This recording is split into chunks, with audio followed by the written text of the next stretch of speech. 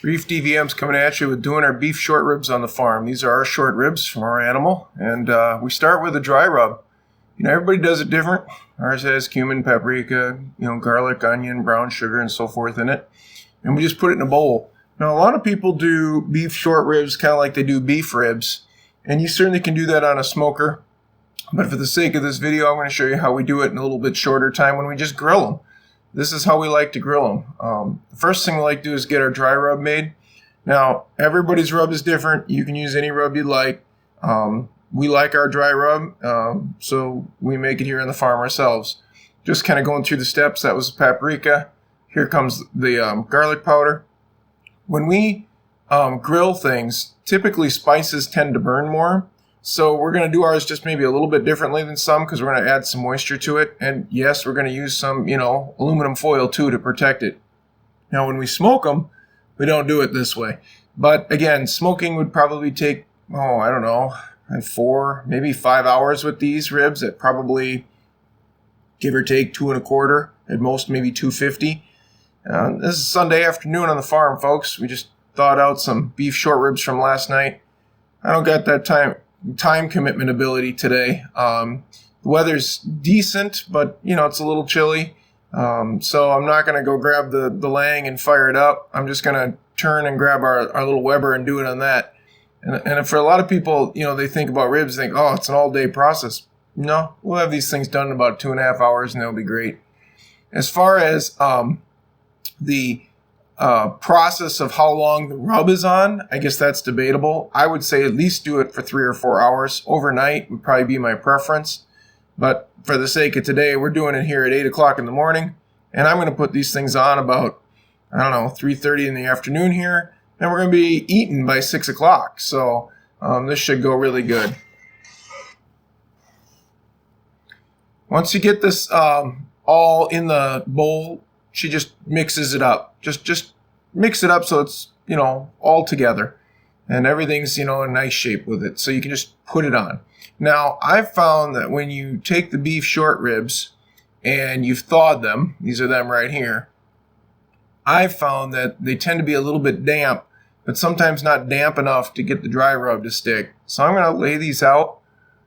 We're going to do all surfaces of these, but I'm going to try to put them in my tin foil so that the bone side is down, and I'll show you that in a bit. And it's because, again, remember, dry rubs, unlike, more of a wet rub, will tend to stick more.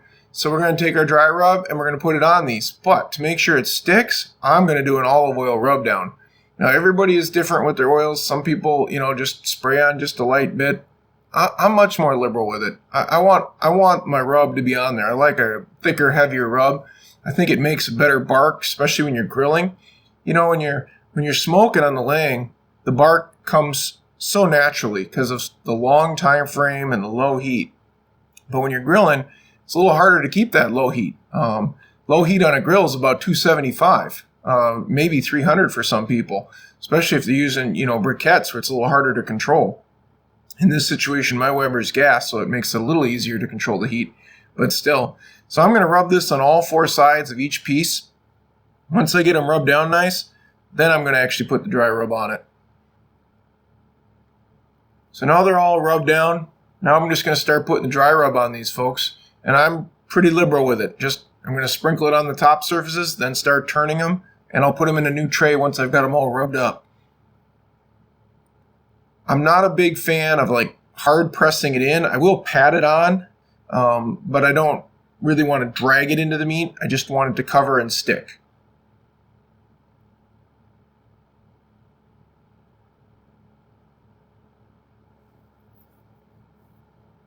And obviously there's enough ribs here to feed a family of 8, which is what we want to do. Now, what I'm going to do is take some tin foil, and this is what I say I do a little different. I'm going to put some ice cubes in it. And remember, the bone is down. It's the bottom of this is the bone. So that way, if it tries to burn at all on that direct heat from the grill, because that's much more of a direct heat than an indirect heat with a smoker, it'll just be on the bone side on the bottom. And then I fold it over, make nice creases, and really kind of tighten up that baggie to keep all that moisture in. That's how these things grill really nicely. So I'm just going to do this for every single one of these, and it works out great. I tell you, the secret to ours is definitely the ice cubes. It definitely gives them the moisture. You can use whatever rub you like, folks, but doing these with the ice cubes really, really helps a lot. So once I got them all wrapped up like this, we're going to go fire up the grill.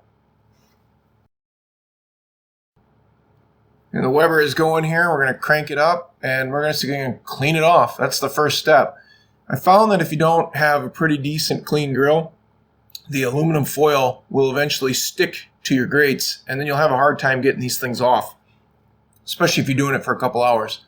Now again, we're not doing this for 5 hours. We're going to do this at about 275 degrees for about 2.5, maybe 2:15 on the hours. So about 2 hours and 15 minutes, or probably about 2 hours and a half, depending upon whatever time frame it really takes to get these up. I'm assuming the smaller ribs probably going to get up to that 205 to 210 degree temperature inside, probably a little over 2 hours. There's a couple bigger monsters, probably going to be pushing that 215, maybe that 230 mark. But the reason I show you the grill getting clean is because it's kind of an important part, especially with the tin foil. Now, granted, if you want to put these on a cookie sheet or something like that, you probably won't have an issue, but I'm going to take that tin foil and set it right on the grill.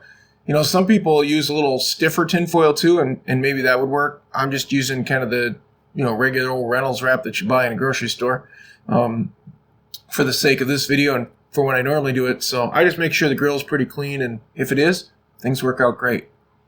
As far as the flames go on this, I'm going to keep the flames about a little less than medium because, again, I only want to keep this at about 275 degrees, and it should work out well. I'm going to position them out here, and then I might have to move them here when I actually put the smoke box in.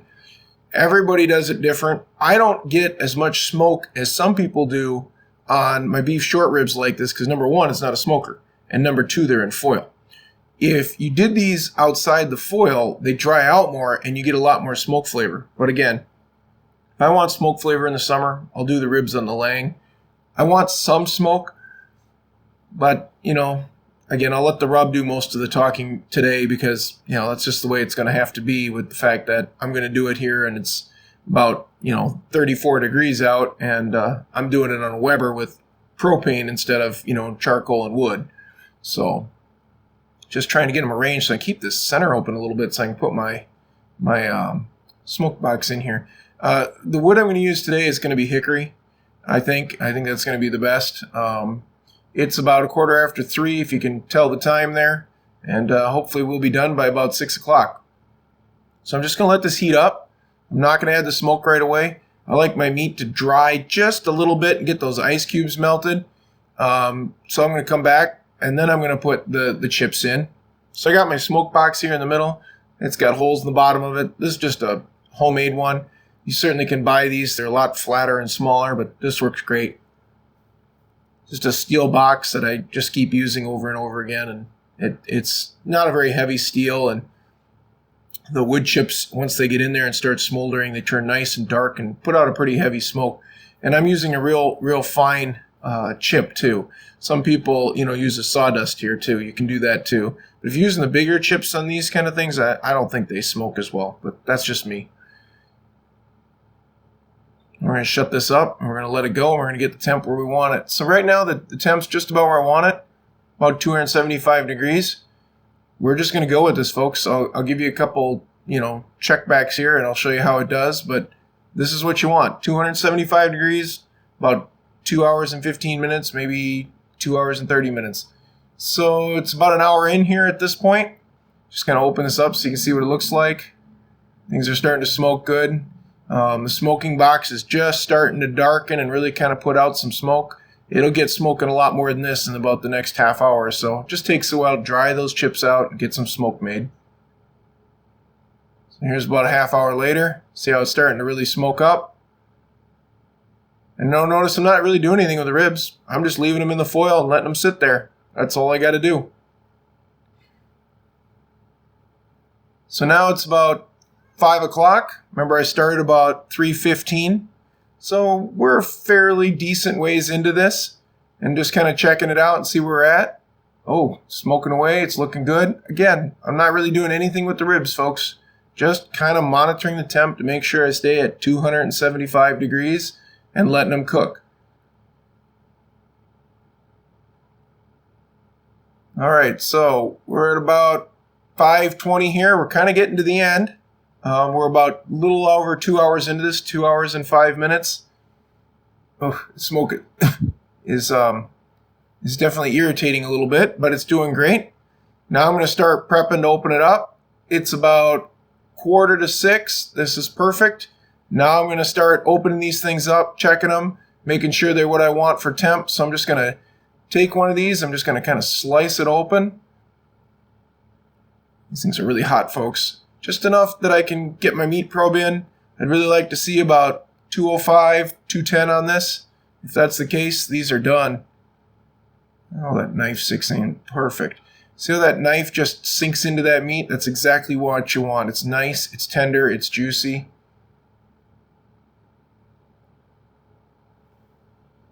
Yeah, these are pretty much done. This is exactly what I wanted, folks. So I'm just going to close this one out so it doesn't dry out.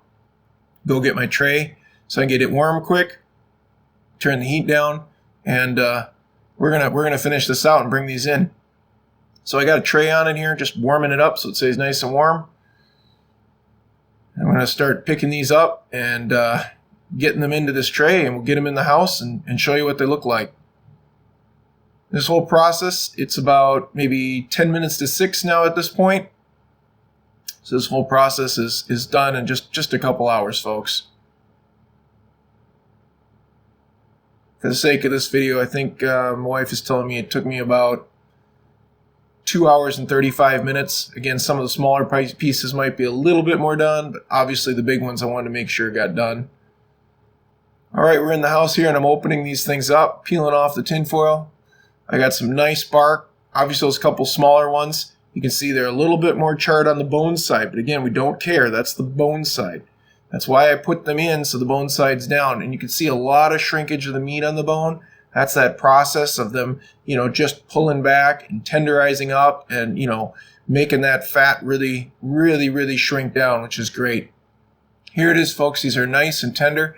I got them with a couple potatoes and some Jell-O and some cider, and it's going to make a wonderful meal. I appreciate you watching, folks. I hope you enjoyed beef short ribs grilled in about 2.5 hours on the grill. Thank you, folks.